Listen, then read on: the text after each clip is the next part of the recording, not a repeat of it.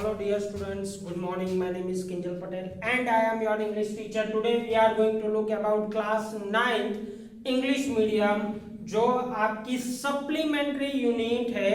आज हम supplementary unit number 3 जिसका टाइटल आपको दिया गया है Eswaran the story teller. This is one of the character of this unit. इस यूनिट का एक कैरेक्टर है जिसके बारे में हमारे राइटर बताते हैं। वो एक स्टोरी टेलर है। ए यूनिट नंबर 3 का part 1। Let's talk about the story. The story was narrated to Ganesh by a young man named Mahendra. अब यहां पे महेंद्र नाम का एक बंदा है जिसने एक यंग बॉय गणेश को एक स्टोरी बताई। किसने? महेंद्र ने गणेश को एक स्टोरी बताई। जो स्टोरी यहां पे आने वाली है उसके बारे में बता रहा है।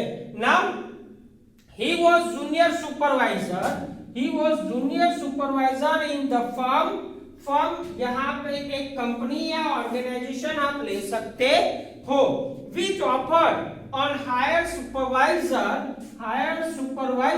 at various types of construction sites। ये जो बिल्डिंग्स वगैरह बनाती है ना, कंपनीज बनाती है, बिल्डिंग्स बनाती है, ऐसी एक कंस्ट्रक्शन साइट्स पे अलग अलग तरह के सुपरवाइजर को हायर करने का ये कंपनी है जहां पे ये काम कर रहा है। वो कौन कौन से कंस्ट्रक्शन करती है? ये जो कंपनी है वो कौन कौन से कंस्ट्रक्शन करती है? तो factories, bridges, dams and so on, ऐसे बहुत सारे कंस्ट्रक्शन करते हैं। महेंद्रस जॉब, यहाँ पे ये जो कैरेक्टर की बात की गई है वही यहाँ पे महेंद्र जो कि सुपरवाइजर था, उसकी जॉब क्या थी? His job was to keep an eye on the activities at the work site। जहां पे वो काम चल रहा है वहां पे जाना है और सभी की एक्टिविटीज पे ध्यान देना है। This was the allotment of work given by the company to the Mahendra। Now he had to keep moving from place to place every now and then as ordered by his head office। Now see dear student, this is what you can understand easily कि जब भी ऐसे कोई supervisor को higher किया जाता है कि जहां पे अलग अलग कंस्ट्रक्शन साइट्स की सुपरवाइजिंग करनी हो, तो वो तो सारी एक जगह पे होती नहीं है, हर अलग अलग जगह पे होती है। तो महेंद्र को उस हर जगह पे जाना है जहां से हेड ऑफिस में से उसको बोला गया कि भाई you have to today visit on this, ऐसा एक शेड्यूल करके उसको दिया जाता है जहां पे महेंद्र को विजिट करनी पड़ती है। कहां हो सकती है? From a coal mining area to railway bridge construction site. अगर ये क्वेश्चन आपको आए, ध्यान देना कि भाई महेंद्र को सुपरवाइजर के तौर पे कौन कौन से काम अलॉट होते थे। What were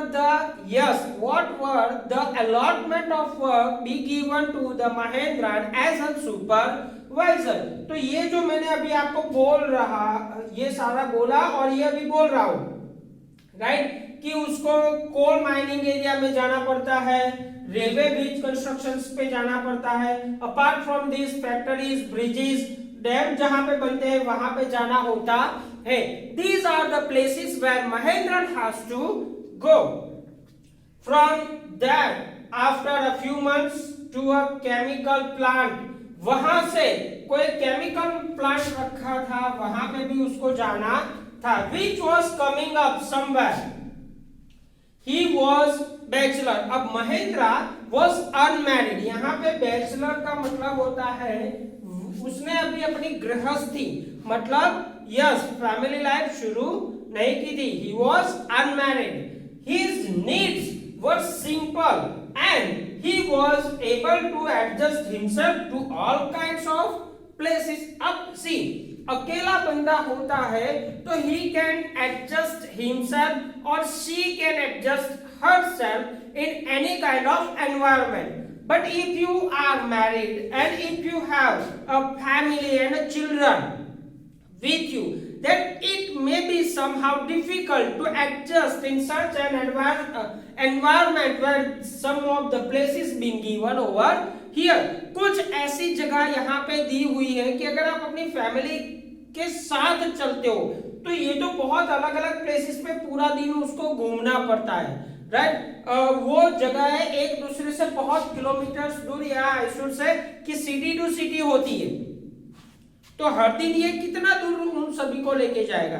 तो it may be certain issues may be there regarding this, but since Mahendra was bachelor, Mahendra वो एक बैचलर है तो वो कभी भी कहीं पर भी एडजस्ट हो सकता है, वो बताया गया है ना।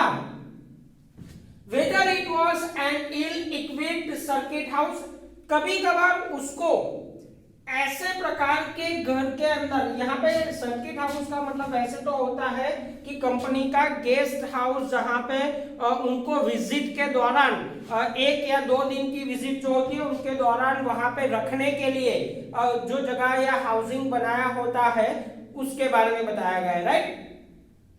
और यहाँ पे टर्म याद रखिएगा, remember one term that is mentioned over here on the green board with a white chalk, that is ill-equipped. What does it mean by ill-equipped? जहां पे प्रॉपर इक्विपमेंट नहीं है to survive at least for 1 day or 2 days. कुछ चीजों का वहां पे जैसे आप गैस लगा लो, स्टोव लगा लो, फिर आप कुछ पीने का पानी, राइट, नहाने धोने की कुछ आराम करने की कुछ चीजें, उसमें कुछ ना कुछ वहां पे प्रॉब्लम होता है वैसी जगह। अब यहां पे हमें बताया गया है और makeshift canvas tent in the middle of the stone quarry, जो पत्थर की क्वारी होती है जहां पे छोटे छोटे ग्रेवल्स बनाए जाते हैं, बड़े बड़े मेटल में से छोटे छोटे ग्रेवल्स बनाए जाते हैं स्टोन में से, तो वो उसको हम क्वारी बोलते हैं, राइट? तो स्टोन क्वारी में कभी कभार उसको तो हाउस भी नहीं मिलता, he just used to live in a canvas tents, right? उसको वो टेंट्स भी खुद बनाने पड़ते, but no one said he had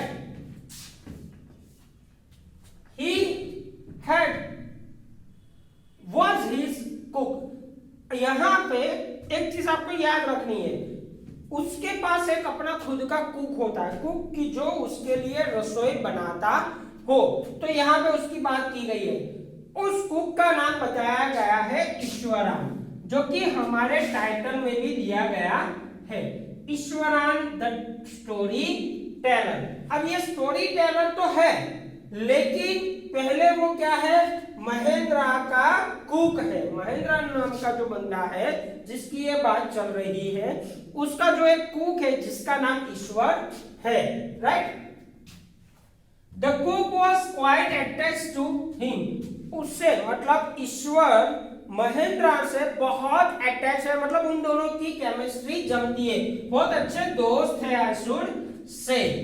and followed him uncomplainingly, uncomplainingly का मतलब बेटा होता है कि वो कभी भी दलील नहीं करता, कभी भी कंप्लेन नहीं करता है that I have this issue so that today I am not going to make और प्रिपेयर डिश फॉर यू, ऐसा कभी भी नहीं। जो भी चीज जहां से भी मिले उसको वेस्ट में से बेस्ट बनाना, किसी भी तरह की चीजों में से अच्छी डिश प्रिपेयर्ड करना उसको अच्छी तरह से आता है। Wherever he was posted, जब भी जहां भी, यहाँ पे wherever का मतलब होता है जहां पे, जगह पे, जब भी उसकी पोस्टिंग होती ईश्वर उसको फॉलो करता, मतलब ईश्वर उसके साथ ही जाता। He cooked for महेंद्र, हमेशा वो महेंद्र के लिए अच्छा खाना बनाता। Wash his clothes, महेंद्र के सारे क्लोथ भी धोता। And sometime it have chatted away with his master, कभी कभार वो उससे बातें भी कर लिया करता। At night when they are just having a free or leisure time, right? He could view out endless stories, to view मतलब एक दूसरे से कनेक्ट करना, मतलब जोड़ना जिसको बोले।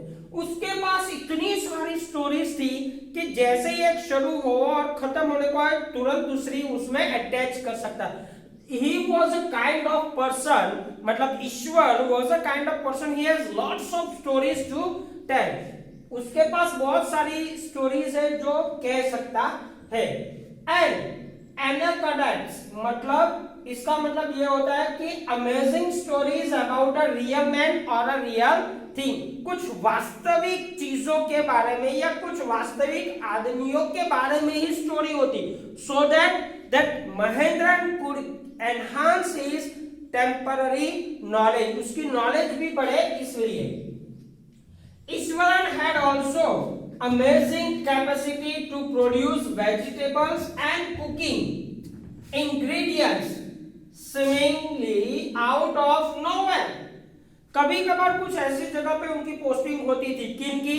ईश्वरन की एंड महेंद्रा की। इन दोनों की पोस्टिंग कुछ ऐसी जगह पे होती थी जहां पे बहुत लेस चीजें मिलती थी, इंग्रेडिएंट्स मिलते थे टू मेक अ फूड, लेकिन फिर भी he was such a fine and master in cooking that he could make any kind of dish from whatever he had। उसके पास जो भी होता है उसी से बहुत अच्छी डिशेस प्रिपेयर करनी उसकी एक एबिलिटी यहाँ पे बताई गई है। इन द मिडल ऑफ डेजोलेट, मतलब डेजर्टेड लैंड जिसको बोलते हैं, जहां पे कुछ नहीं होता है, राइट, वैसी जगह, landscape with no visible for miles around, जहां पे कई किलोमीटर तो अच्छी न तो तरकारी सब्जी भाजी जिसको हम बोलते हैं वो सब कुछ नहीं मिलता था, फिर भी आफ्टर और even though the cook Ishwar had a delicious food और dish for the Mahendra, he would miraculously, मतलब जादुई तरीके से conjure मतलब to make something appear suddenly, अचानक से कोई चीज देखना। अब देखो आप एक रिमोट एरिया में, डियर स्टूडेंट, रिमोट एरिया का मतलब होता है ऐसे दूर दराज के जगह या सिटीज या विलेज के जहां पे कोई भी चीज आसानी से नहीं मिलती। अगर आपको सब्जी वगैरह भी लाना हो तो आपको कई 5 से 10 किलोमीटर तक दूर जाना पड़ता है। ऐसे एरियाज में अगर इनकी पोस्टिंग होती तो ईश्वर कहीं से भी, जो कि कुक है महेंद्रा का, वो कहीं से भी कुछ ना कुछ तो उठा के लाता, सडनली उठा के लाता, कहीं पर भी दिखता नहीं है फिर भी होता, फिर भी लेके आता है। तो इसके लिए यहाँ पे कॉन्ज्यूर नाम का वर्ड इस्तेमाल किया गया है। अब द मोस्ट डिलीशियस डिशेस, और वो भी ऐसी वैसी नहीं मुंह में देखकर पानी आ जाए ऐसी, This is made with the fresh vegetables within an hour। Only 1 hour के अंदर बहुत सारी अलग अलग चीजें वहां पे वो बना देता है। Arriving at zinc sheet shelter at new place, नई नई जगह पे जिंक सीट पे वो सारी चीजें लेके आता है। I hope my dear student this will help you to understand the unit better, but please it is my humble request to keep your textbook with you as the story is on। Thank you।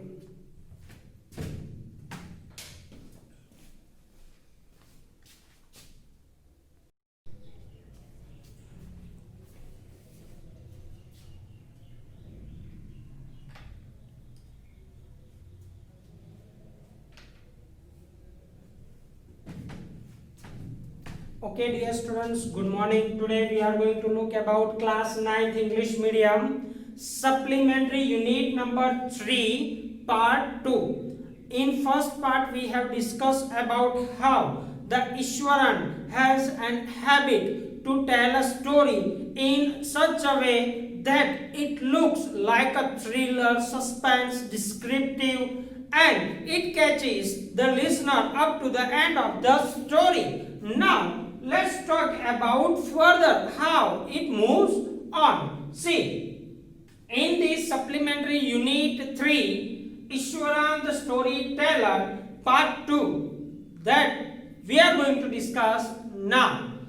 Mahendra would be up early in the morning and leave for a walk after breakfast।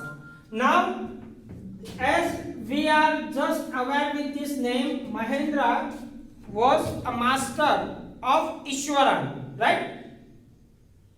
Ishwaran was a cook and he also entertained his master Mahendra. Mahendra always wake up early in the morning, just had its breakfast and leave for the work. After having a breakfast, he leave for the work, carrying some prepared food with him. वो जब भी work पे जाता था महेंद्रा, तो ईश्वरन के द्वारा बनाए गए फूड को एज अ लंच अपने साथ लेके जाता था. Meanwhile, तब तक Eswaran would tidy up the shed, wash the clothes, and have a leisure bath, pouring several buckets of water over his head, muttering the prayer all the while. In this sentence, my dear student, we are coming across how Ishwaran do certain works for himself after leaving his masters of home. Now, see, जैसे ही महेंद्रा सुबह में नहा धो के तैयार होके अपना breakfast तैयार करके, मतलब ब्रेकफास्ट करके जब वो काम पे जाता था, तो ईश्वरन उसके लिए कुछ लंच बॉक्स, टिफिन बॉक्स बना के रखता था, वो भी लेके निकल लेता था. ना उस टाइम के दौरान ईश्वरन क्या करता था, तो शेड को अच्छे से साफ करता था, कपड़े धोता था और आराम से लेजर बात बोला है, मस्ती के साथ स्नान करना जिसको बोलते हैं, राइट, वो करता था. pouring several buckets of water over his head, कुछ बकेट्स थे पानी के, वो अपने हेड पे पॉर करता था और साथ में क्या करता था, muttering the prayer all the while. जब तक वो स्नान करता था तब तक वो प्रेयर को मटर करता था, मतलब प्रेयर बोलता था, right. It would be lunch time by then, तब तक दोपहर का समय हो जाता. After eating, वो अपना फूड लेने के बाद he would read for a while before dozing off. जैसे ही वो अपना लंच ले लेता था फिर बैठता था, उसको जब तक जोके आना शुरू नहीं हो जाता था तब तक वो कोई बुक लेके रीड करता था. The book was usually some popular Tamil thriller.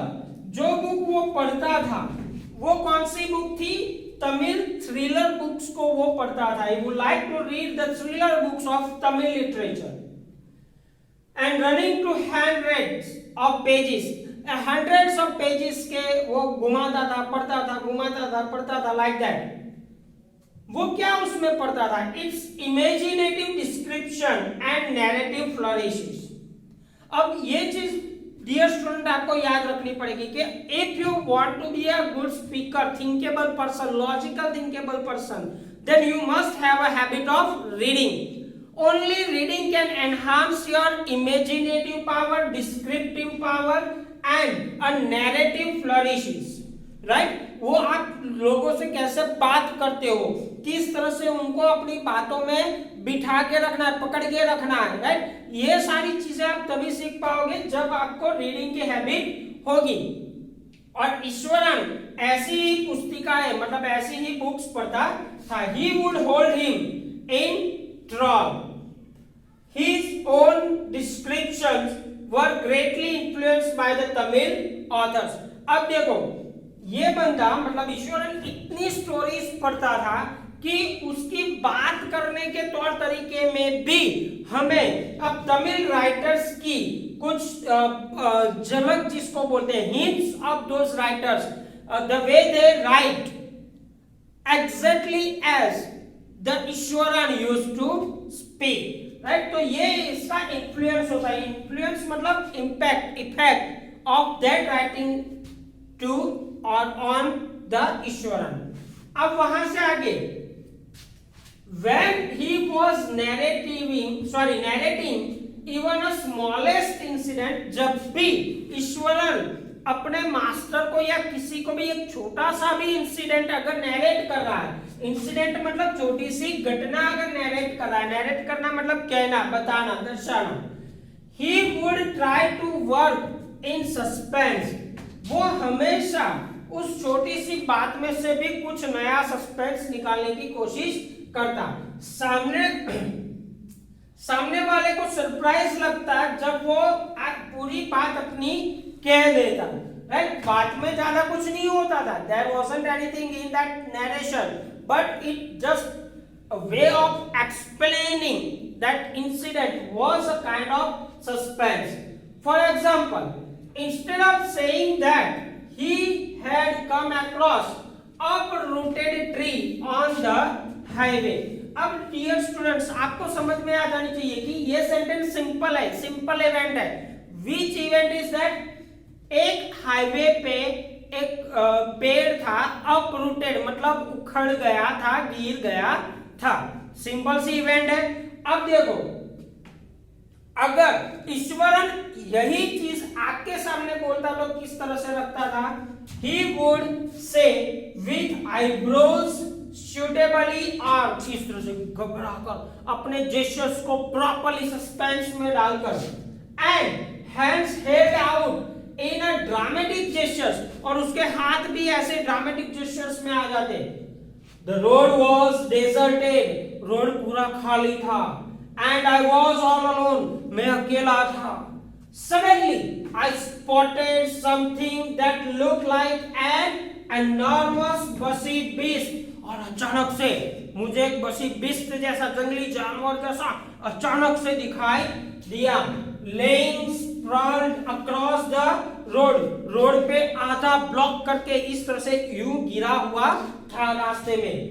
I was half inclined to turn and go back, मैं करीबन आधे रास्ते पे ही था और वहां से टर्न बैक मतलब वापस आने की सोच रहा था। But as I came closer, जैसे ही मैं उसके नजदीक गया, आई सॉ दैट, मैंने देखा, इट वाज फॉलन ट्री, वहां पे और कुछ नहीं था, सिर्फ एक पेड़ गिर गया था।